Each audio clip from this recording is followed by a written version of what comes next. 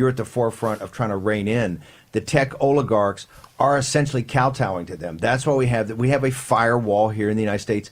Every bit as tough as a firewall. But Bill Clinton told us that China wouldn't be able to control the internet, that would be like nailing Jell-O to the wall. Well, it turns out they nailed that damn Jell-O to the wall in China. And technology just means you're able to do more with less. And in many ways, that can make authoritarianism more efficient and more effective. But I don't believe I answered Raheem's question adequately.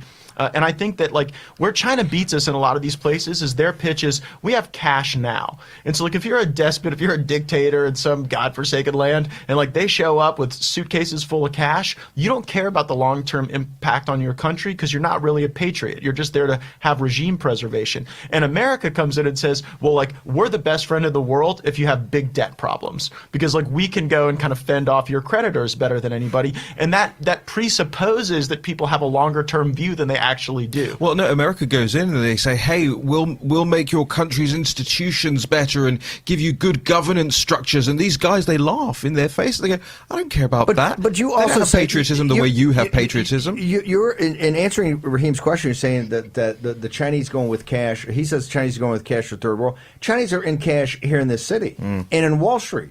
I mean, the influence peddling of the Chinese, Latin America.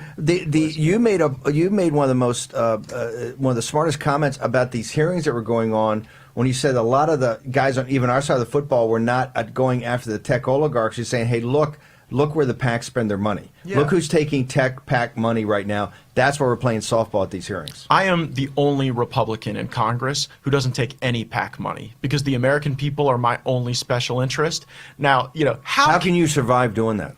I rely on the people, and the other thing is I don't advertise very much. I didn't run a single ad in my last campaign, even though my opponent raised and spent millions, because I just figure if people want to know what I have to say, it's pretty easy to find out without me bombarding your text messages. No wonder the podcast is so hot. Well, you literally didn't take it an ad in this cycle. I did not, and I didn't need to because my people know me and I know them. But there's a broader point here.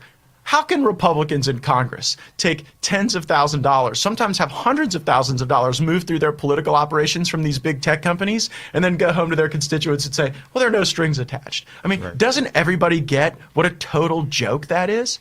And it's one of the reasons why I think that, we need to get members of Congress out of D.C. more. This is a terrible place where the lobbyists have mechanized the ability to buy people off. And with the tech companies, when they don't buy you off through campaign donations, they hire your family members and your spouses as consultants and contractors. And, the reason it's all professional wrestling is that nothing ever happens. And oftentimes after these big tech hearings, the valuations of these companies go up.